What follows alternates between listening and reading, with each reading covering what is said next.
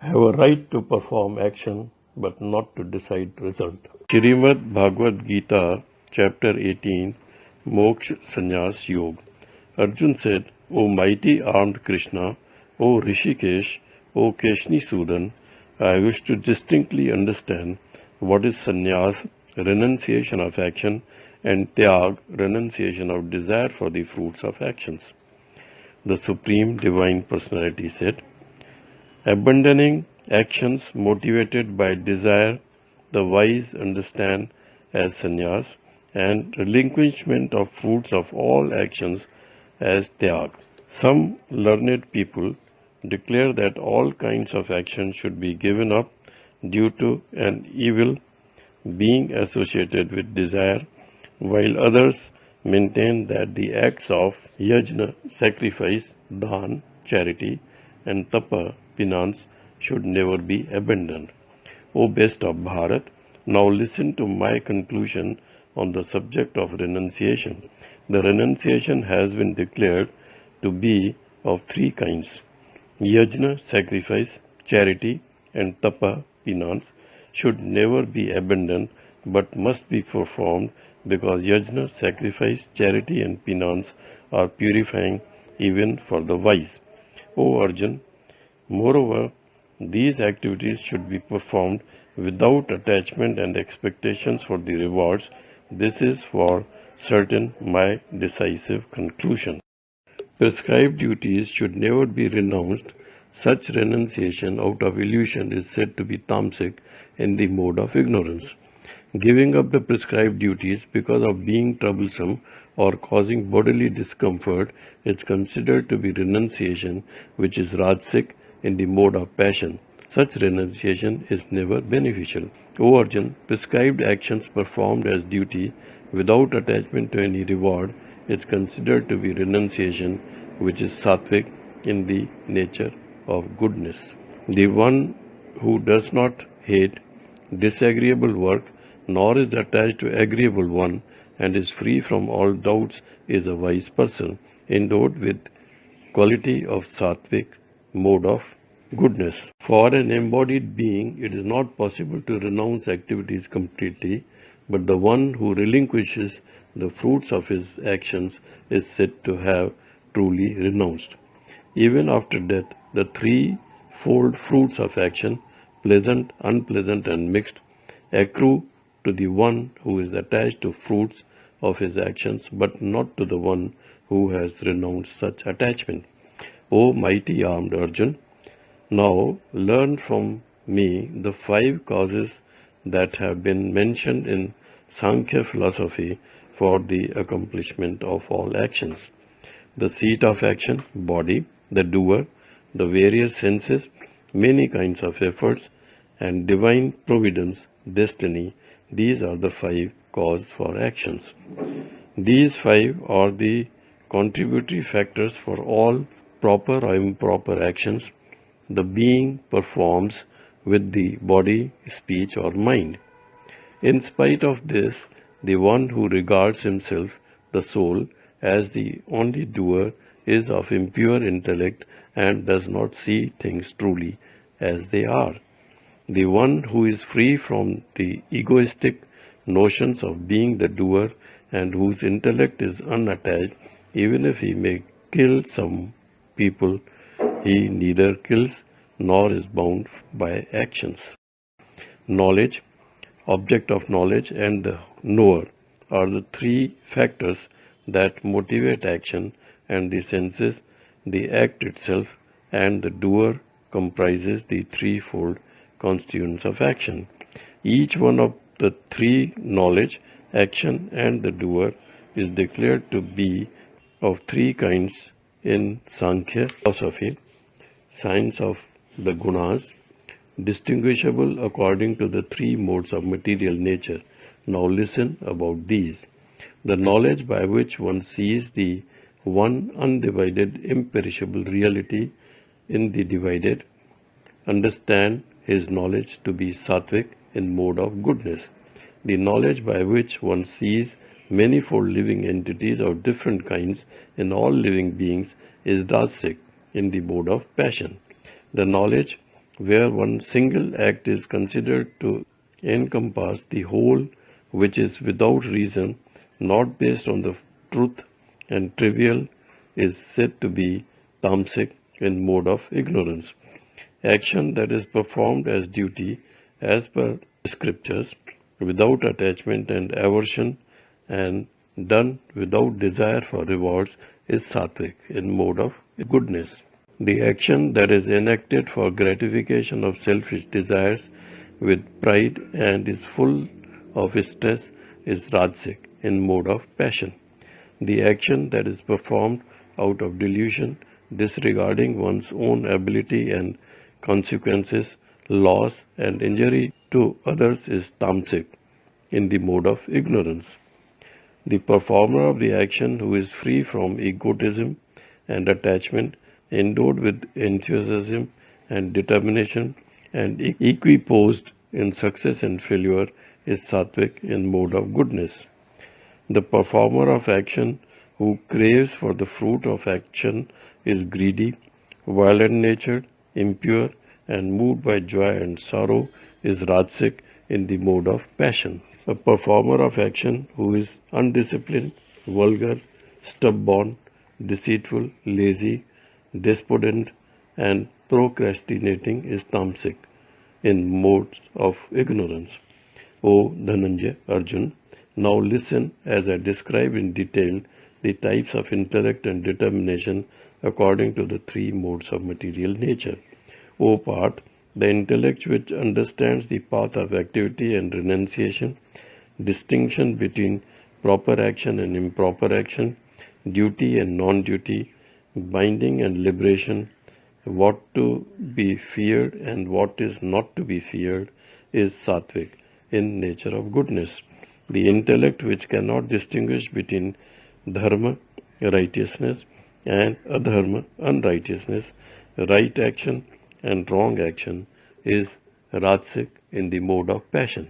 O part, that intellect which is enveloped in ignorance perceives adharma as dharma and everything in the opposite is tamasic in mode of ignorance.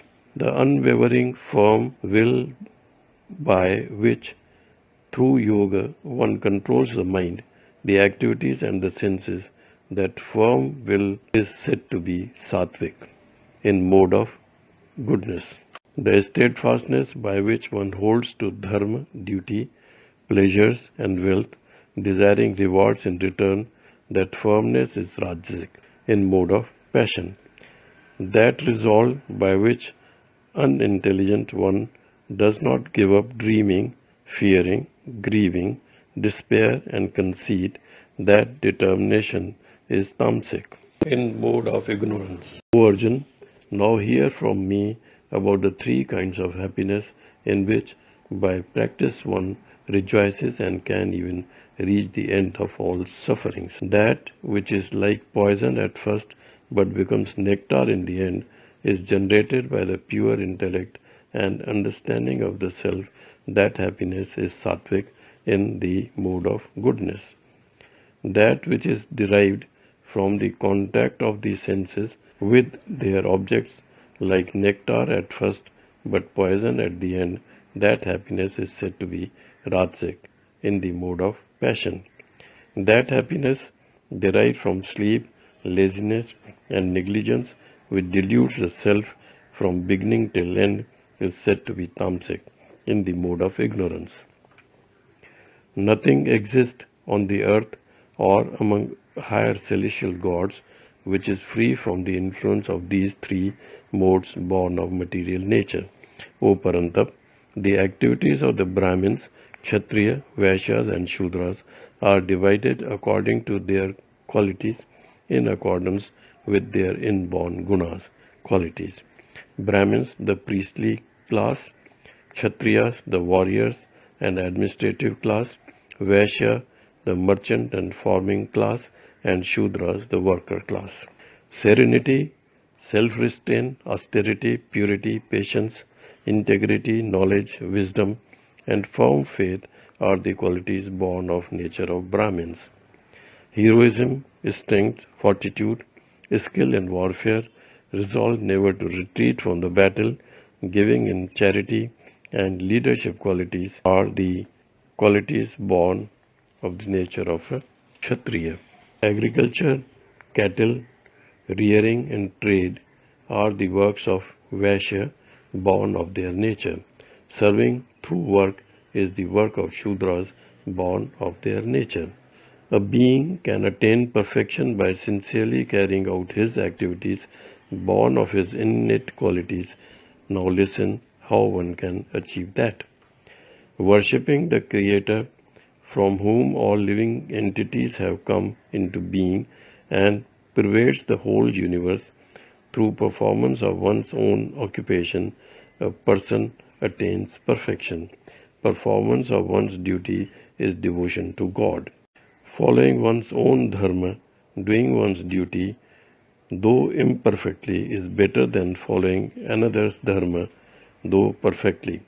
By performing one's innate duties, one does not incur sin. O son of Kunti, one should not abandon one's innate duties, even though imperfect, for all endeavors are veiled by some imperfection, as is the fire by smoke. The one whose intellect is unattached in all respects, has control over the mind, and is free from desires, by the practice of renunciation attains the supreme state of freedom from action. Hear from me briefly, O son of Kunti, Arjun, how the one who has attained perfection, freedom from action, can also attain Brahma, the supreme state of knowledge. The one endowed with a purified intellect and firmly restrains the senses, abandoning sound and other objects of senses, casting aside attractions and aversions, relishes solitude, eats lightly, controls body, speech, and mind, is ever engaged in meditation and taking refuge in dispassion, abandoned egotism, violence, arrogance, desire, possessiveness, and selfishness. Such a person, situated in tranquility, becomes fit for union with Brahma, that is, realization of the absolute truth as Brahma. One united with Brahma becomes cheerful in mind, neither grieves nor does desire, being equitably disposed towards all living beings, attains supreme devotion unto me.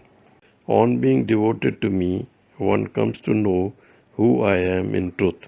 Having known me in truth, my devotee enters into me, into my heavenly abode. Performing all actions, the one who takes refuge in me by my grace attains the supreme eternal imperishable state. Consciously dedicate all your activities to me, making me as your supreme goal, resorting to yoga of wisdom, buddhi yoga. Keep your consciousness absorbed in me always. If you always remember me by my grace, you will overcome all difficulties. But if, due to egoism, you do not listen to my advice, you will perish. If due to false pride you think, I will not fight, your decision will be in vain. Your own nature, Kshatriya Guna, will compel you. O son of Kunti, compelled by your own inclination, born of your own material nature, you will do that which you do not want to do out of delusion. O Arjun, the Supreme Lord dwells in the hearts of all living beings and directs the wandering of the souls by his Maya, elusive power, as if they were seated on a machine. O Bharat, wholeheartedly surrender unto him, and by his grace you will attain supreme peace and the eternal abode. Thus, I have explained to you all that knowledge which is supreme secret of all secrets. Deeply ponder over it, and then do as you wish. Listen once again to my supreme words, the most confidential knowledge which I am revealing for your benefit, as you are very dear to me. Think of me, be my devotee, worship me, and offer obeisance to me. You will certainly come to me. This I pledge, as you are very dear to me. Give up all dharmas, religions, and surrender unto me only. I shall liberate you from all sinful reactions. Fear not. This should never be explained to those who lack austerity or who are not devoted, should also not be spoken to those who are averse to listening to spiritual topics, and never to those who are envious of me. He who with supreme devotion to me gives the supreme secret knowledge to my devotees shall come to me. Without doubt, none among human beings is more dear to me than he who does this service to me, nor shall there ever be any other in this world more dear to me. He who studies this sacred dialogue of ours will worship me through the yajna, sacrifice of the knowledge, which is my view. The man who only listens to this knowledge with full faith and without envy will be liberated and attain the auspicious abodes of the pious. O Parth Arjun, have you heard me with full attention of mine? O Dhananjay Arjun, have your ignorance and delusion been destroyed? Arjun said, O Achyutya, infallible one, by your grace my Moha illusion has been dispelled and I have regained memory. I am now free from doubt and I shall act according to your command.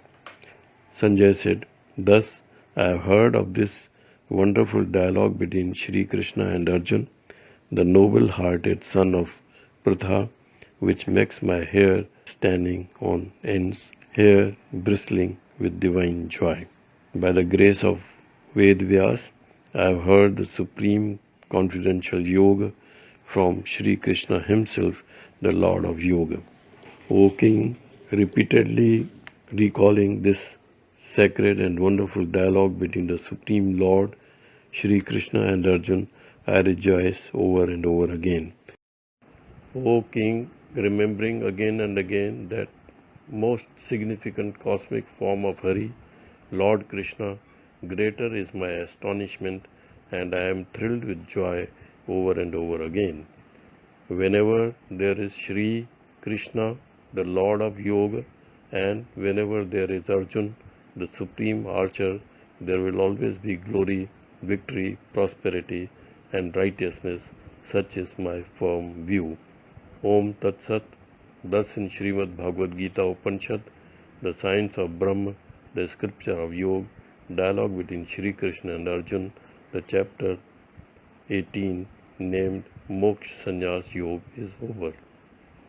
Thanks for watching, and if you have liked, please share with your friends and subscribe to the channel. Thank you.